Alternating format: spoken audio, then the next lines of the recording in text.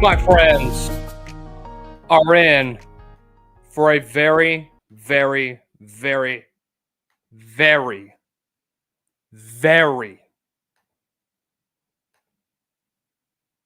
eye-opening show tonight. Let me tell you why. First of all, we got a lot to break down from spring practice, of course. Or not spring practice, but fall practice. We've got a lot to talk about whenever it comes to what you have put on the field. We'll recap the scrimmages. Guys, there is a lot that needs to be said about this team that I'm not really worried about, but I am at the same time also telling you that internally, guys, everything that's going on with the situation with you-know-who,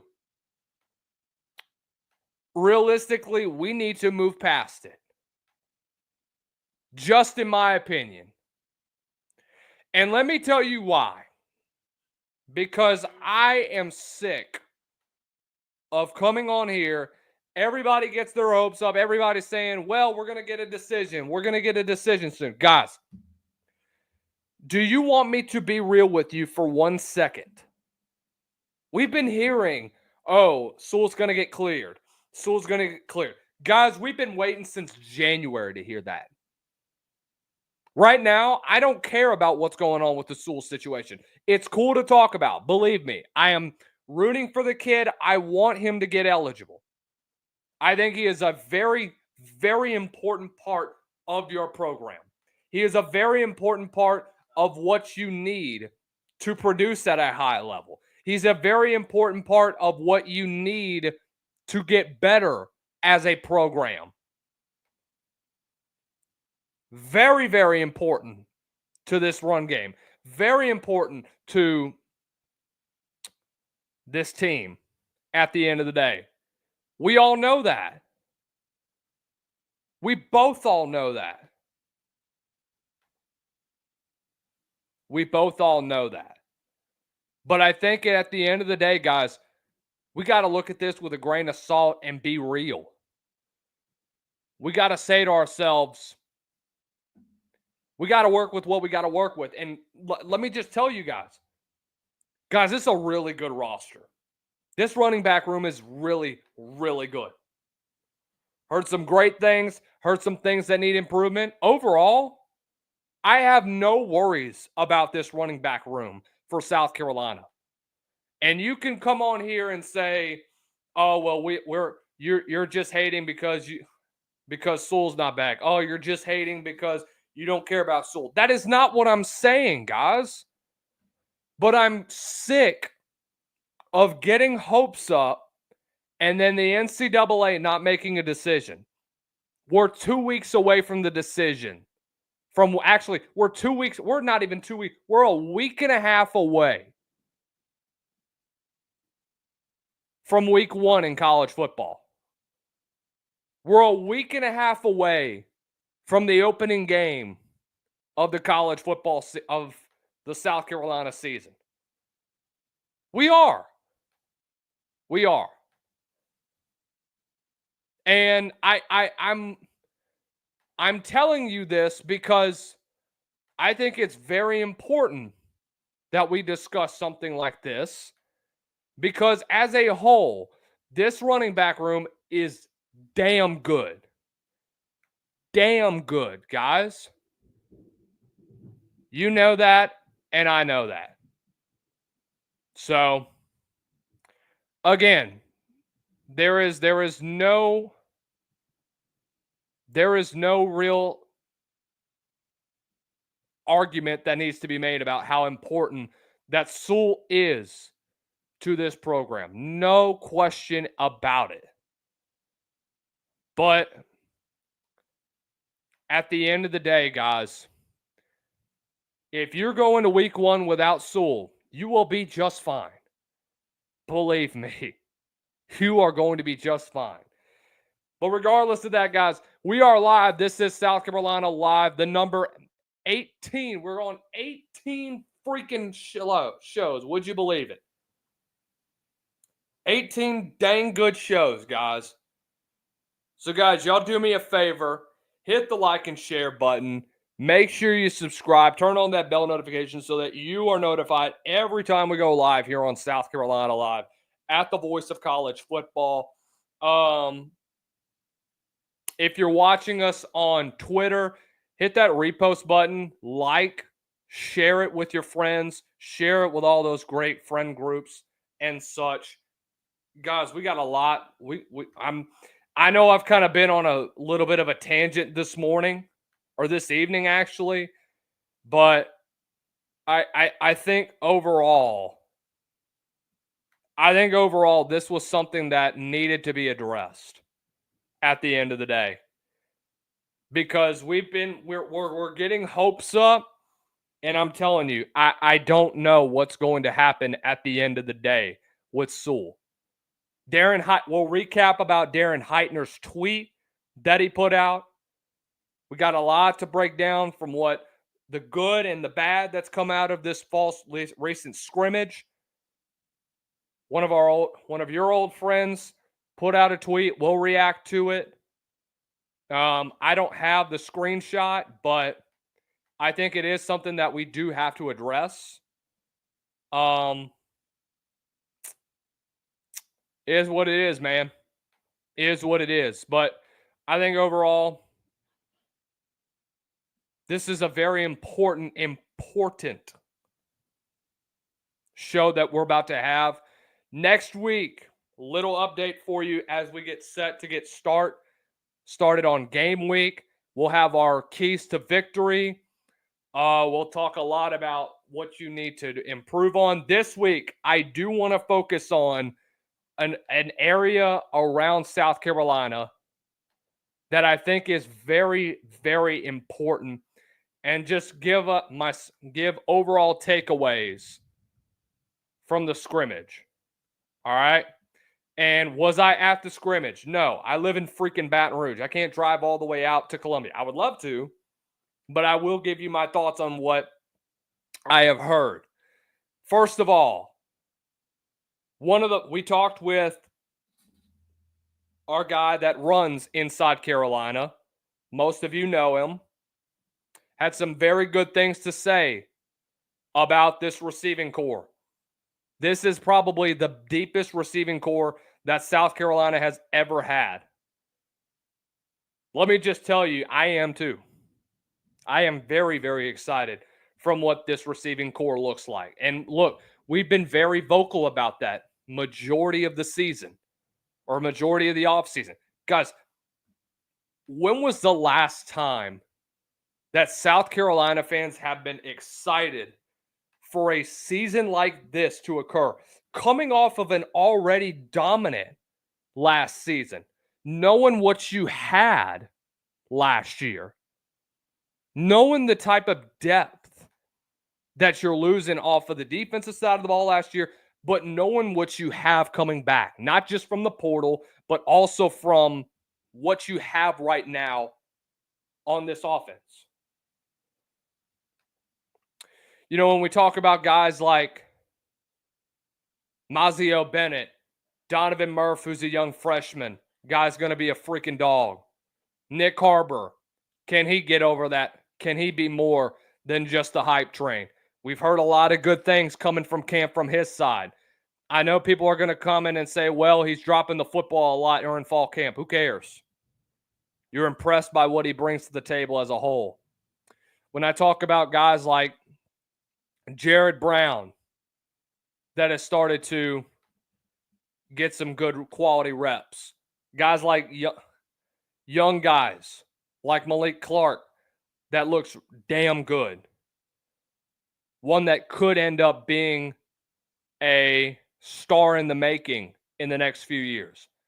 Guys, it wasn't that long ago that Jared Brown was Sunbelt Conference Freshman of the Year. And I know he didn't play a whole lot last year compared to what he did at Coastal.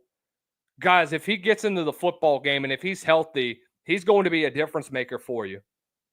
6 foot, 195 pounds. He can take one to the house. He can absolutely take one to the house. Eric Rice, a guy that he's not going to play a lot, just adds depth in my opinion. But I think overall, you need to be excited about this receiving core. And if Lenore Sellers ends up winning the Heisman, it's going to be because of the depth that you have at receiver. It really is. It really is. And,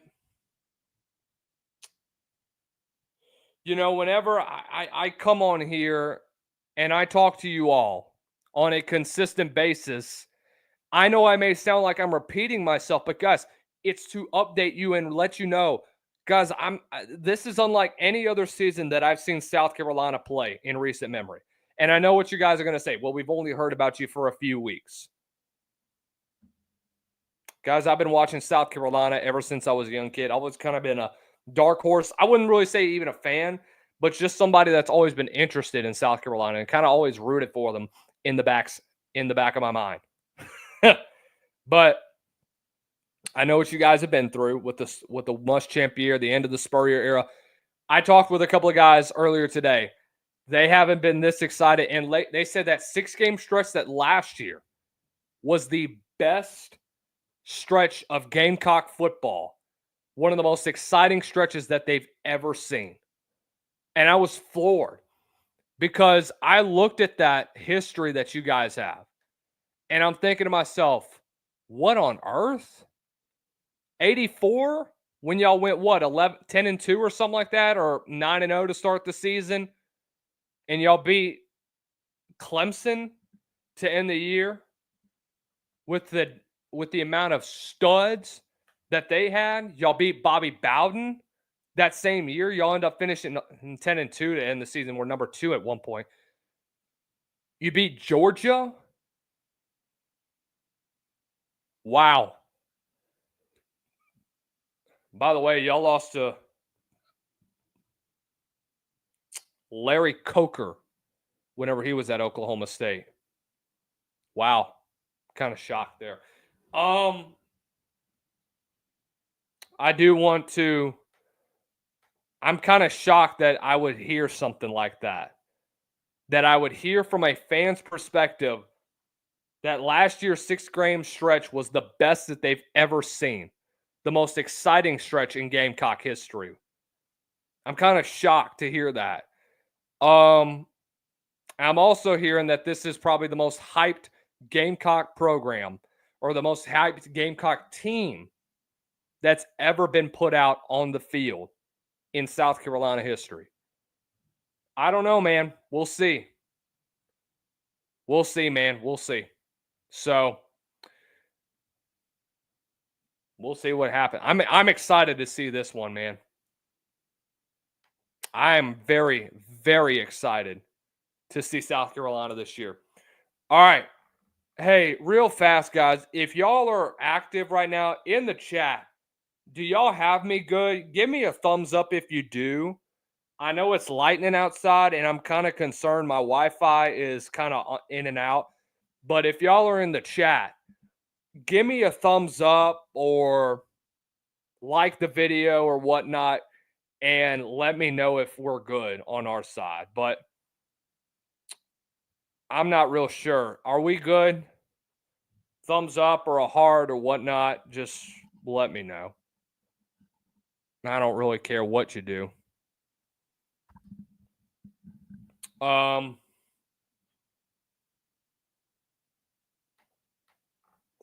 Let me see. Okay. I think we're good because I got somebody that just left a like on the video. Okay, cool. We're good. That's good. Thank you. Thank you to those of you that liked the video. Appreciate it. Really do. Did want to kind of address this, though, as we continue on throughout this show. I was told that the offensive line did really well. They said there's a lot of guys that I'm hearing that it's about this. What has kind of concerned me, though, was they said this offensive line was about the same, maybe even better than last year. when I hear about the same, I'm thinking, oh, crap. So is this offensive line going to have the same struggles they had last year in pass pro? That's one of the main things that worries me about this program is that you're not going to have the same depth and you're not going to have the same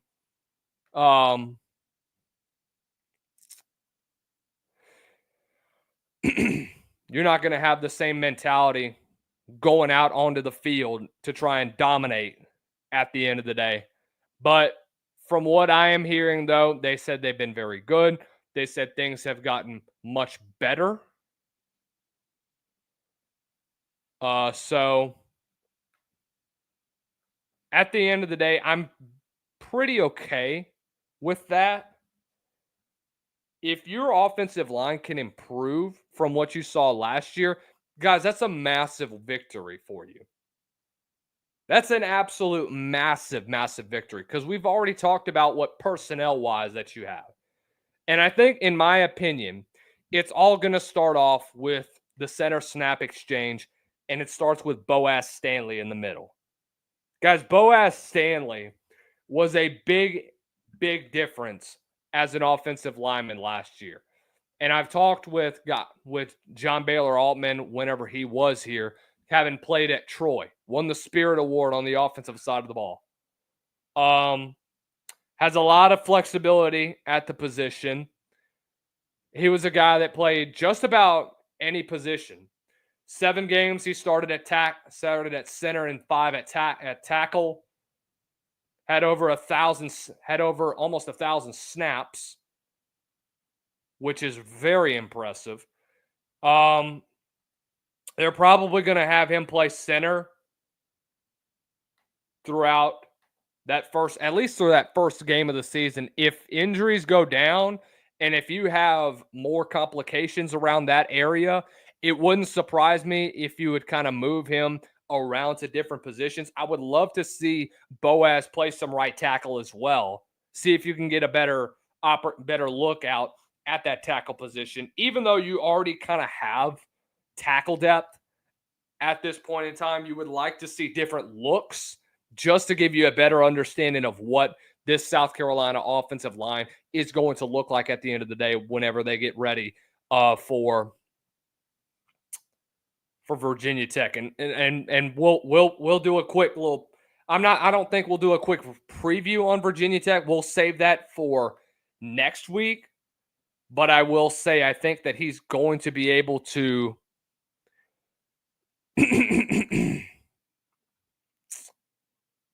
we're going to do a little bit of I wouldn't say keys to victory.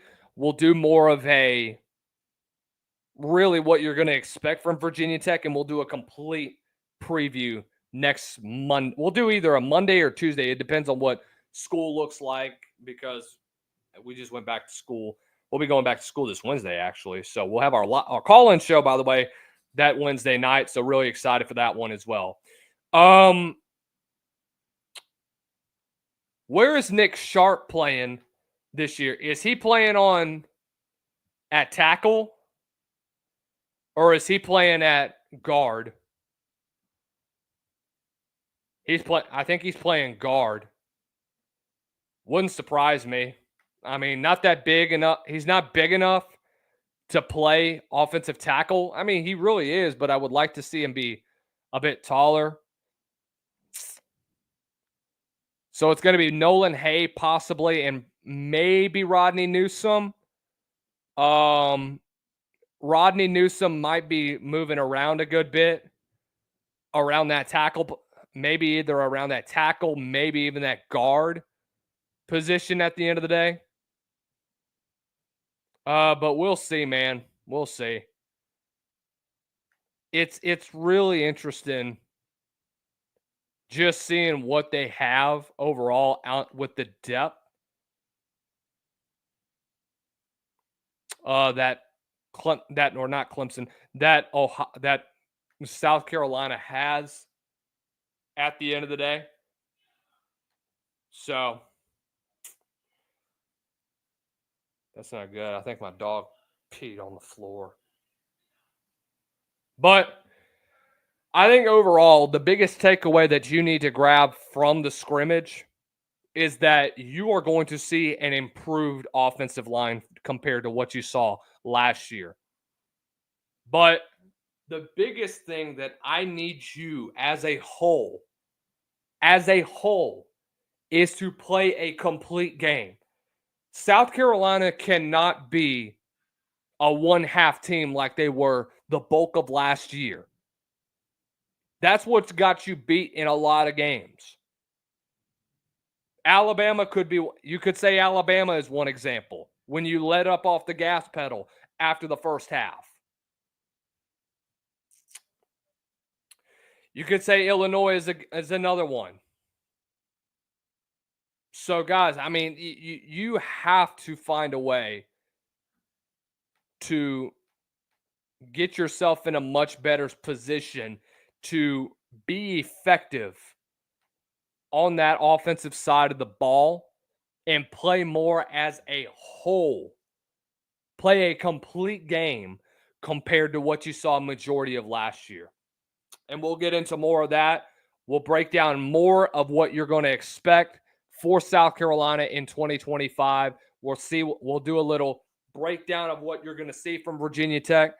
You're tuned in to South Carolina Live. Guys, we have 271 of you in here right now. Do us a favor. Hit the like and share button. Leave your comments in the comments section as well. Repost this. Share to all those friend groups.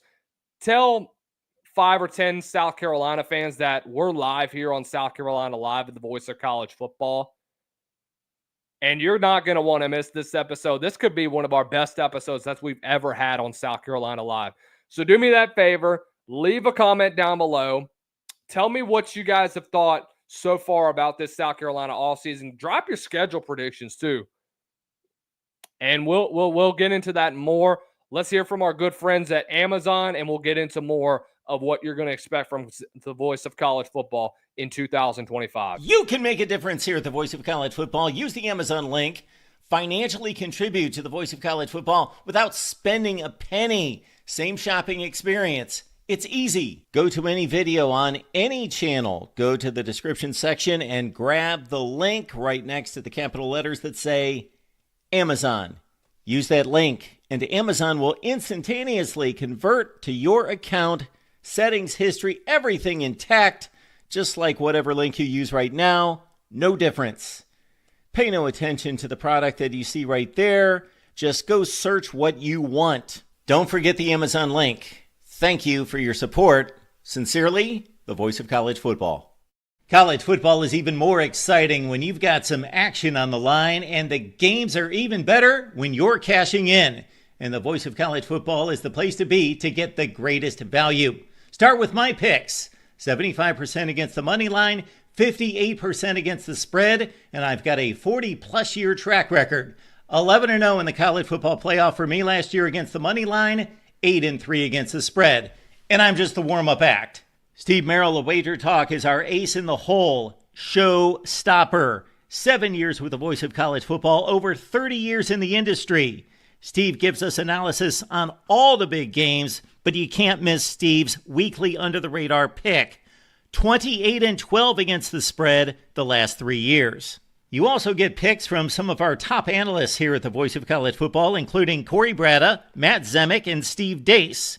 Check out those numbers. Become a YouTube or Patreon member for just $99 per month. Go to the main channel on YouTube, click join, and then select the betting tier. Do the same thing on Patreon. Make 2025 a winner now.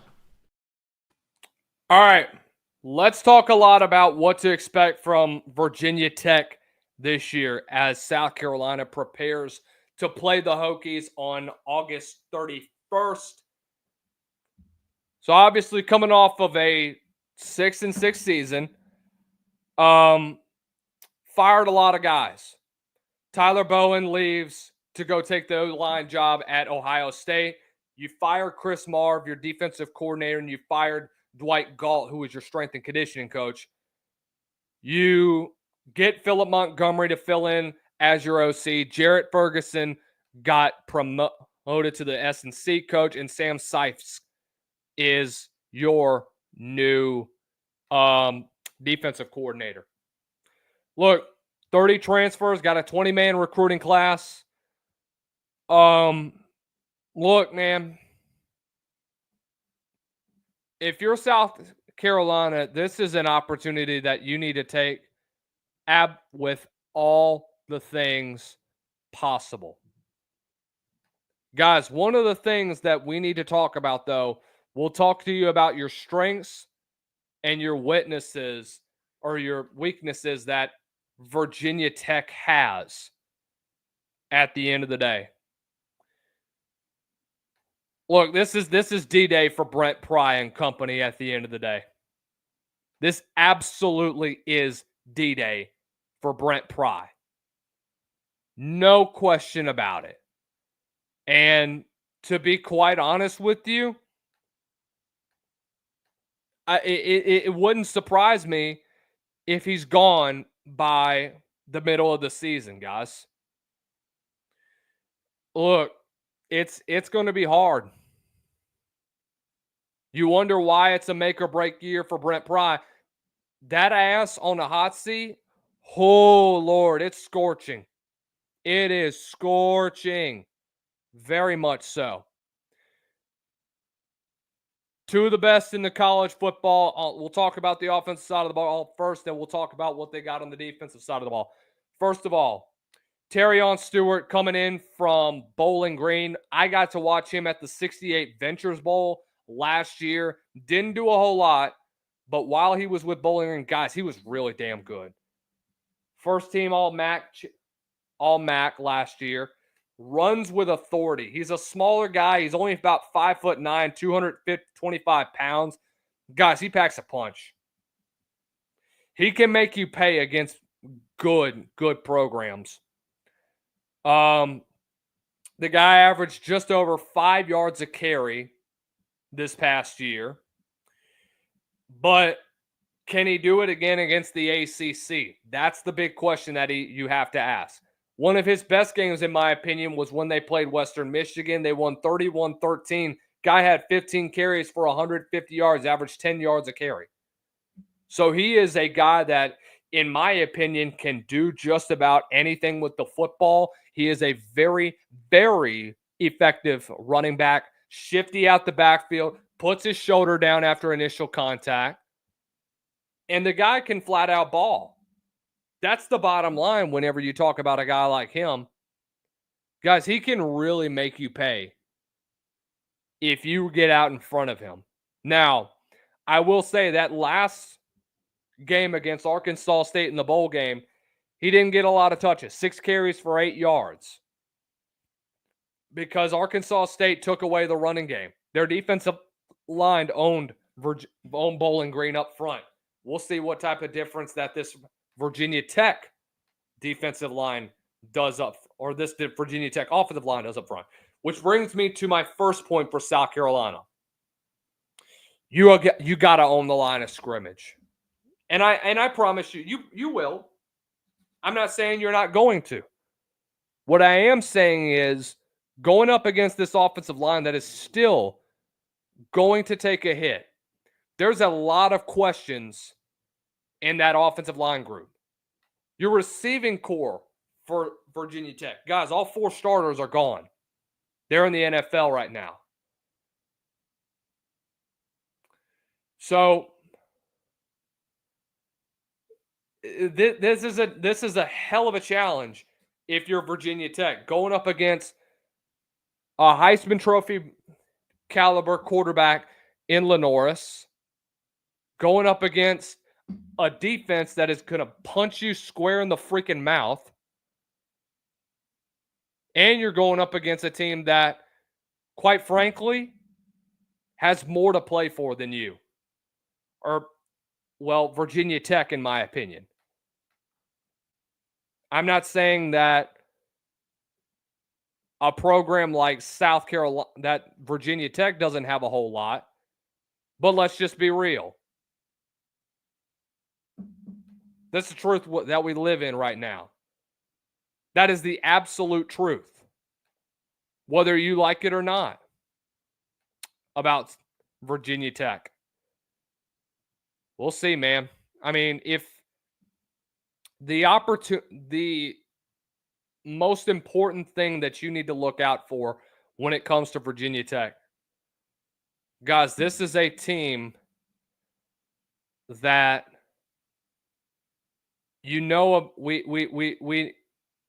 we obviously know about what happened with that program last year.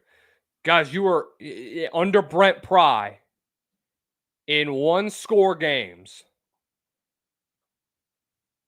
I think he's like, what, 1-12? No, I'm sorry. He's 1-9, I believe. Now, I could be completely wrong with that one.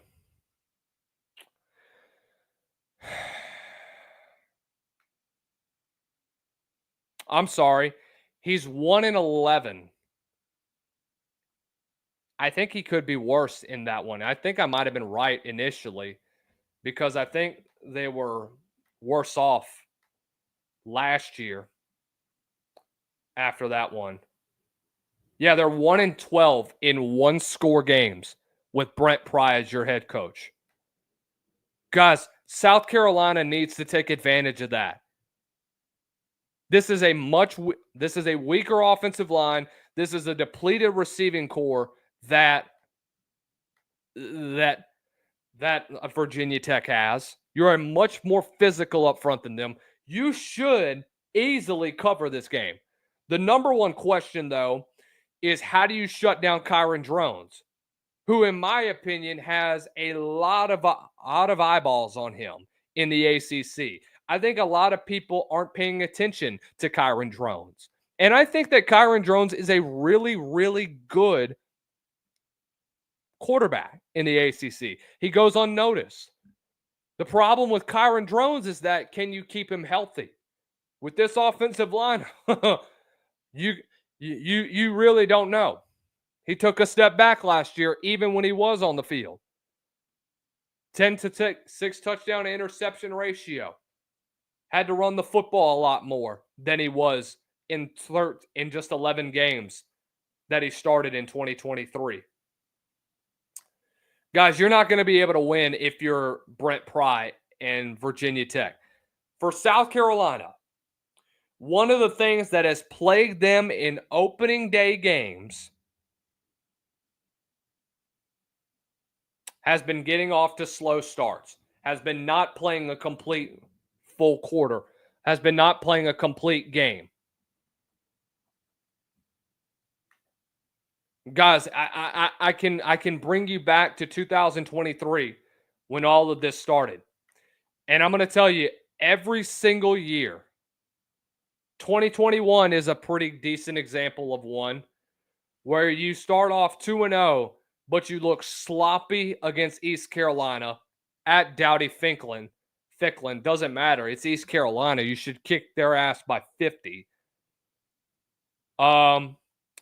22 could be another example where you didn't look your best against Georgia State, where you had no consistency on the offensive side of the ball, and your defense just didn't have the dudes, where you weren't recruiting at a high level, where you weren't hitting the portal efficiently.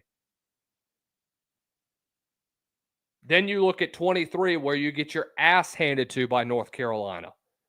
You started slow. What happened later on in the season? You end up starting the year at 2-5. And although you may have picked it up at the end of the year, you couldn't get to a bowl game. Last year was the same thing.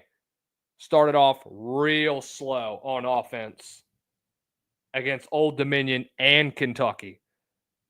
But this has been a team that's in South Carolina that has always seemed to drag their feet when it comes to the offensive side of the ball.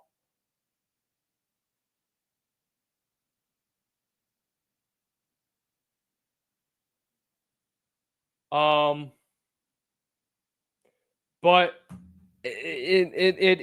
that is who South Carolina was. And I'm not saying that it's a bad thing. I'm really not saying that it's a bad thing. But what I am saying is that you got to kick this freaking trend. This is ridiculous that you've had that. Is this the year where they kick it? I think it is. In my opinion, I think it's finally a chance for South Carolina with a much better roster and with a much better a much better offense and a much better team compared to the last 4 years with Beamer. So when you compare the previous years under Shane compared to 2025, you have much more confidence in this program than years past because you finally have answers. Yes, you still have some offensive line concerns. Guys, you've been able to be much better during fall camp. You have a lot more confidence in this defense. Clayton White, God thank you for keeping Clayton White in Columbia, South Carolina. Guys, I'm telling you, he's a college football head coach. He's more of a college football head coach than Dowell Loggins is. That I can tell you for sure. But I'm glad we're speaking about the offensive side of the ball because we need to discuss what Shane Beamer had to talk about to the media earlier today or earlier a couple days ago. So he opened up yesterday or last week about his relationship with Mike Shula. He says, it's been great. The dynamic, first of all, in that staff room is awesome right now with all those coaches. It's a really good group of people that in that room, that staff dynamic with Mike and a couple of new guys we brought in with Ben Burris and Davis Coder. It's just a really good dynamic in there right now. And then Mike's been awesome. The fact that he's been a head coach before is very helpful. And I can have conversations because he's been a head coach and not necessarily telling me sometimes maybe, what do you think about this? But there's great communication, very transparent, and I know everything that we're doing and why. Anything that I have an issue with, he's been great about communicating, but it's been fantastic as well. He's just big time as a human being, but then just as a coach as well. That's why I'm so high on this South Carolina offense. Guys, you've hired from within, and compared to other programs, you have been a lot more successful than that. You have been a lot more successful compared to seasons past. I think that's a great thing for South Carolina. That's something that you need to have on this with this program. Absolutely it does, guys. And I think having that dynamic and that overall mentality of what you have as a program internally and knowing that there's no infighting compared to other programs around the SEC, that is incredible. Absolutely incredible. Absolutely amazing that you have that. And so,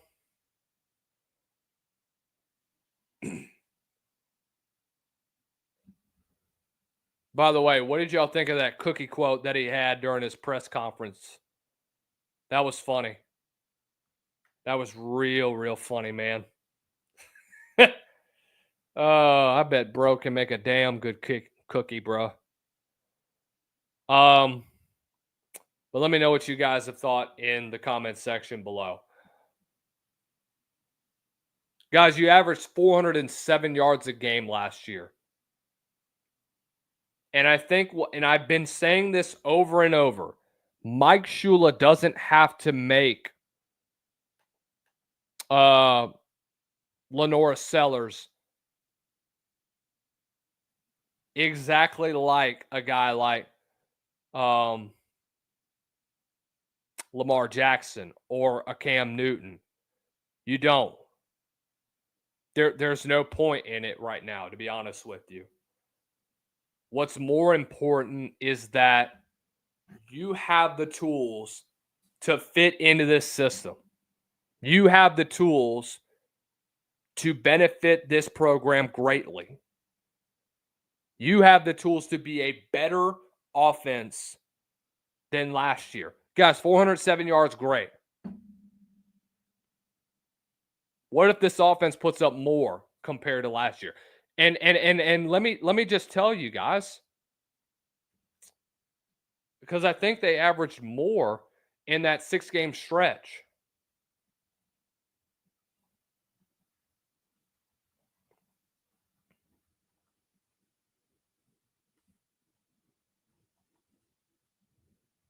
I think they did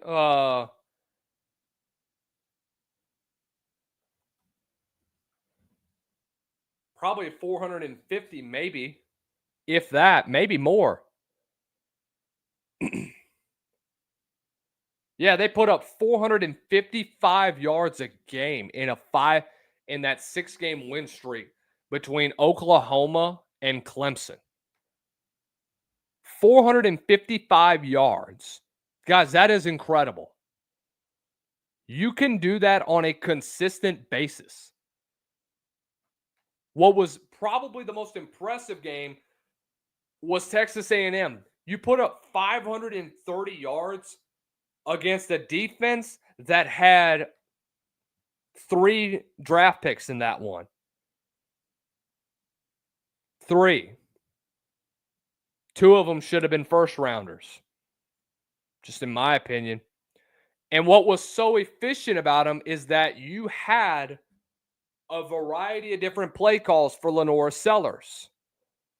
You did. And you needed that, guys. You really did. And you got that. Absolutely needed them. And the fact of the matter is, now that you bring in Shula, who's already been in the system for a year, what I think he's going to do is expand the playbook for Lenoris. I would love to see him do that, and I think he will do that. You know why? Because he trusts him to run the offense, because he knows what type of player he can be, and he knows what type of athlete that he is. No doubt in my mind.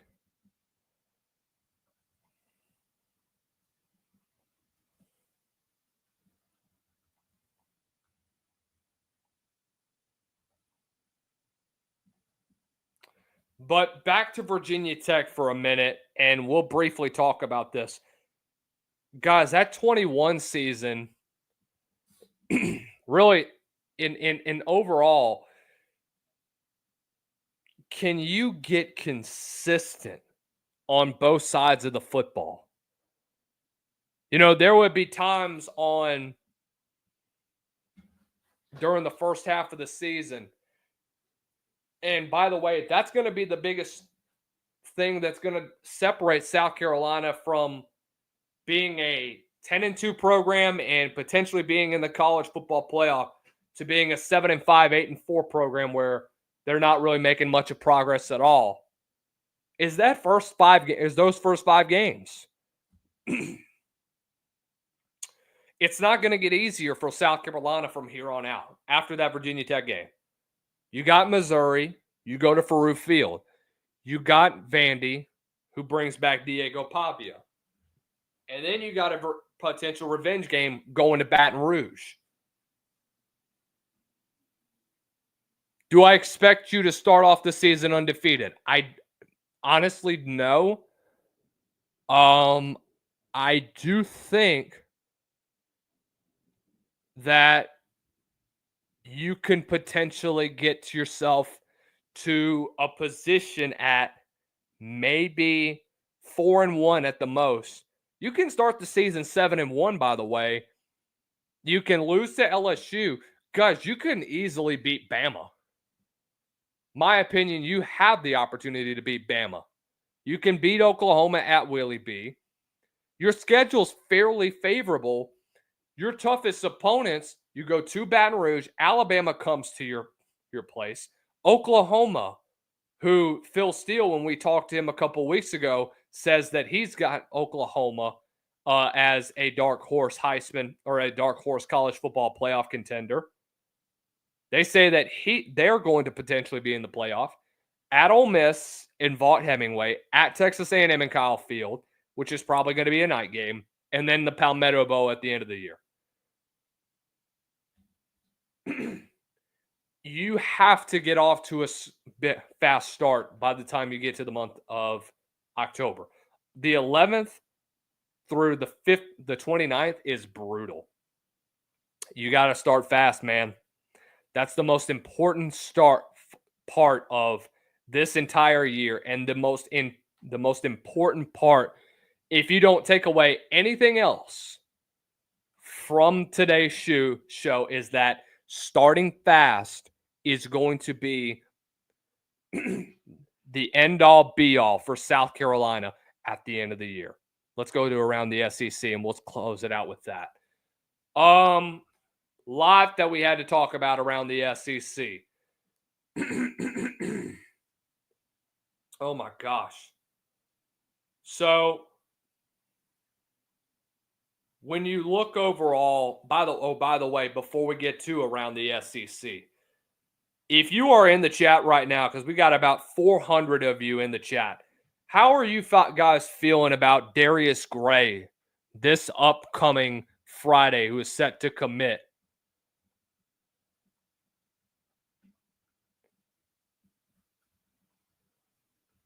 I want to hear you guys' thoughts on that if you are in the chat right now. We got 406 of you right now in the chat.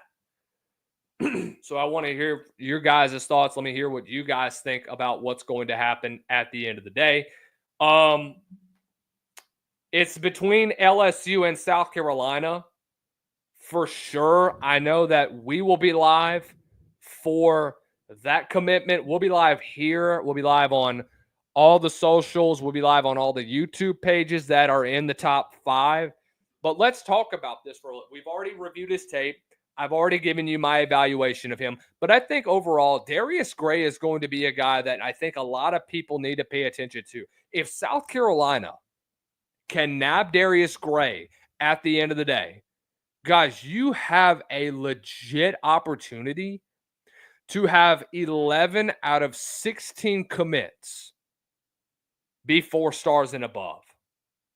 How impressive will that be if you are South Carolina? And that's going to send a message to all of the college football world about quality over quantity. 16 total commits if you are able to pull this off. And even though you have 16 commits at this point, and you would have 15 commits at this point, guys, you've been in the final 4 or 5 or however many for a lot of different 5 stars, 4 or 5 stars, whatever it is. Guys, about last year or the year before, you would not have believed that that would be possible. You would not have believed that that would be possible. And seeing what you have done so far, seeing what this program has done so far is impeccable compared to where you were at this point last year.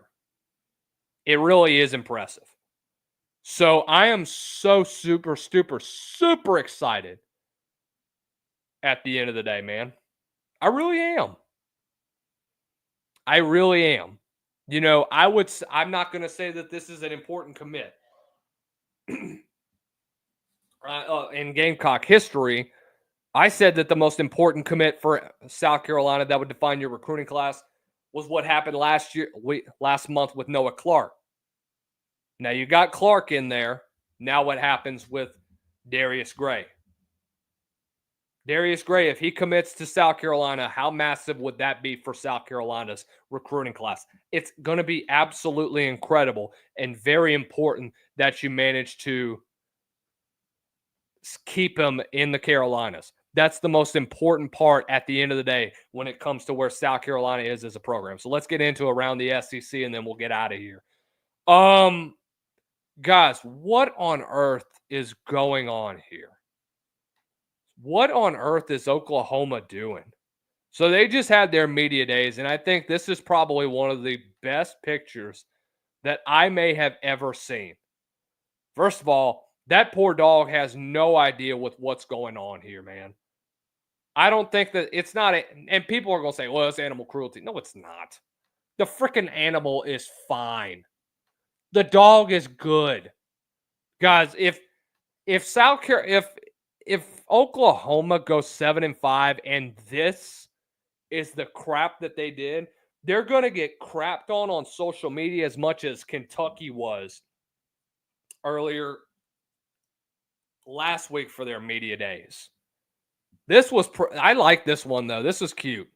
I really did. I think this was really, really funny what they did this. And I think this is really fun. Ed Orgeron, former LSU head coach, says that he's interested in potentially coming back into coaching. Now, do I think that he is going to be a head coach? Absolutely not. No way in hell is he going to be able to get that. That's not going to happen whatsoever. Do I think he could be a position coach? Absolutely. Effective recruiter and an effective defensive line coach as a whole. Now, when we talk about him being a head coach, no. D2, maybe. FCS, possibly. FBS, probably not. But he also said that Arch Manning is as close or maybe as good to Joe Burrow as I have ever seen. Now, this is a bit much, knowing what we have seen in recent memory from guys that have had that Joe Burrow label put on them. I don't think it's fair for a kid like Arch Manning to have that label be put on him, and he hasn't really taken a whole lot of snaps. He's got maybe 3 or 4 starts to his name, if that. And we're already comparing the kid to Joe Burrow. That's kind of too much, in my opinion. That's way, way, way, way out there, man. Shout out Nick Mautone, who's in the chat. Cocks up. I'm still getting you. I don't know if this is this what y'all do? Let me know if you're in the chat, by the way. But yeah, man, we'll see what happens with them. Let's see what happens with the rest of that program as a whole.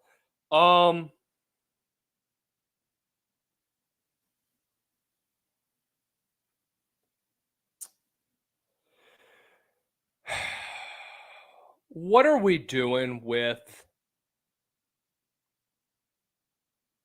what is? Well, let me rephrase this.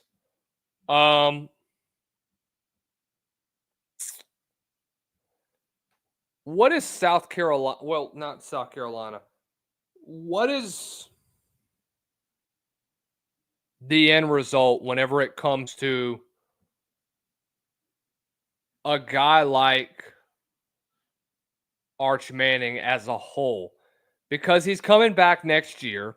That has already been reported. I don't think he's going to enter the draft at all this year, even if he has one good year. Knowing the family legacy and what they've done in years past, there is no way in hell that you are going to convince me that he is going to end up going to the NFL. It's not going to happen. Just not, man. It's there's no way that you can convince me that will ever happen. Just won't, man. Speaking of speaking of Texas, Colin Simmons just posted Julian Sainz' face on his story. Guys, that week 1 game cannot get here soon enough. It is going to be a lot of fun, man. It is going to be a lot of fun. By the way, Darius Gray is taking a visit to South Carolina this week. So I'm really excited for what we see at the end of the day for this program, man. I'm really excited to see where you are as a whole, where you are at whenever it comes to recruiting as a whole, man. It's going to be a lot of fun.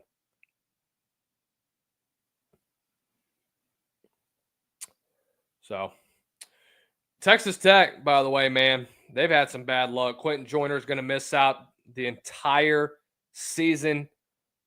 He's torn his ACL. So it's a big loss, man, for Texas Tech. Joyner was a guy that I think you could have expected to break out this year, and I think it's so unfortunate that you missed out on getting a guy like that. Couple more things. DJ Lagway giving out the beats out in the Florida locker room. NIL is not getting out of control. I promise you that. That's the number one thing that's not happening. But also, one of the things that we have talked about quite a bit, especially on the SEC channel, is who has the biggest shoes to fill? Who has the biggest? Let me say this. Who has overall the most pressure going into 2025? And in my opinion, that is none other than LSU. Guys, you're going on year 3 or year 4 in the Brian Kelly era. You win the SEC West in your first year. You win 10 games, and you have a Heisman Trophy winner in your second year. Year 3, have your worst year at LSU, and you have no consistency whatsoever on your offense. That's concerning. It really is, guys. But I think this year you went out, you finally spent money out in the portal. You have to assume if you are LSU, this is make or break for 2025. You're not throwing Brian Kelly out of Baton Rouge. That's not happening. What I think will happen, though, is you are going to end up having to have some real conversations about, is this fan base going to end up having to accept this over the next couple of years? Or are you going to end up making a change soon? That's something you have to consider. Let me know what you guys think. Guys, a lot to look forward to over the next couple weeks for South Carolina. Hit the like, share, and subscribe button. If you're in the chat right now, raise your hand, leave a comment down, and raise your hand to show who are the real Gamecocks in the building. Guys, we're so close to game day. I am so super stoked. August 31st cannot get here soon enough. We are very, very excited for what South Carolina is going to bring on in 2025. Make sure you give us this like and share and subscribe. Turn on that bell notification, guys. Make sure you consider being a member of the channel. Guys, really, it doesn't cost a whole lot. Let me just kind of break you down. Guys, $2.99, pretty easy. You join our 300, not 300. Let me share this real fast. For $2.99, get yourself a loyalty badge next to your name. You get live comments in the chat, and you get a member shout out. Join our 2001 club, your Beamer Ballers Club. You get everything included, including priority comments replied. That'll be fun. And then the big one, the Fun and Gunners, for $9.99 a month. You can connect with us on social media. You can connect with me. We'll fulfill your content request as well. You can give us your thoughts on what we should be doing here on the Voice of College Football, South Carolina, and what you all want me to do with that. Guys, we are in for a very fun next few weeks. Thank you guys so much for tuning in to South Carolina Live. We'll see you guys real soon. We'll be back Wednesday evening, 7:30 Central, 8:30 Eastern for our call-in show. We'll give you the new link. We'll let you guys call in, come vent to us, whatever it is you want to do, guys. We're excited to hear back from you guys, excited to get after it. This is going to be a great season. I'm excited for what South Carolina is going to bring to the table. Have a great rest of the night, and we will see you all very soon. Y'all have a great rest of the week, fellas.